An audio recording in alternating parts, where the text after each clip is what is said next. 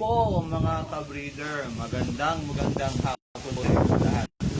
So first time ko pong mag-live para lang po ipakita sa inyo tapos ko po ng work.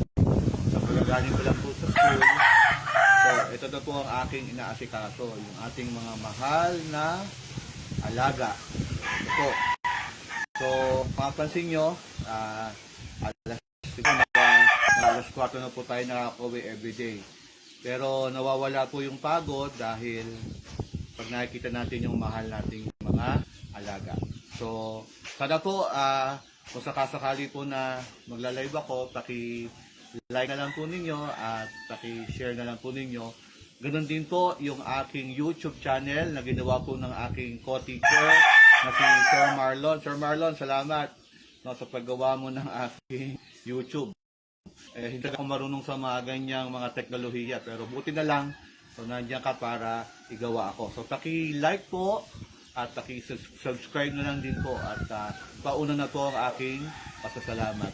Hali po tayo at papakita ko po sa inyo yung mga sisiw na nabakunahan ko po kahapon. So para makita niyo po kung anong itsura nila at tingin nyo kung ano yung mga bloodline po na meron. Hali po tayo. Ito po tayo.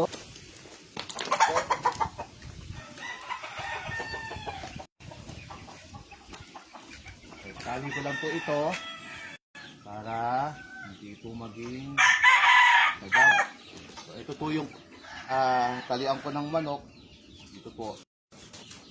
So, ang problema lang po dito sa lugar ko, mga ka-breeder, so pagka po araw o buwan ng mga tag-ulan, lalo yung mga pagbaha at mga katang-ulan, yun po, binabaha. Kaya po yung mga kulong ko rito, lahat po ay so, kumbaga para-paraan lang po, para po sa mga hilig natin.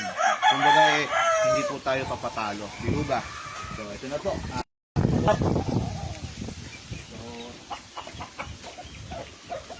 Dito po tayo. So, ito po yung galing po sa maliit na kulungan na ito na po yung nilipat ko po sa malaking kulungan. So, tingnan niyo po sila. Ayan na po sila. Ayan na po. Ayan na po yung mga sisiw ko na 24 pieces. Ayan. So, masisigda na po sila. Siguro, ano na po sila, mga 5 days or 6 days old na po sila. So, yun lamang po, mga ka-breeder. At sinubukan ko lang pong mag-live kung okay po. So, muli po, lagi kong iniiwan sa inyo na pagpiliin po nating maging mabuti araw-araw. God bless everyone. Bye-bye.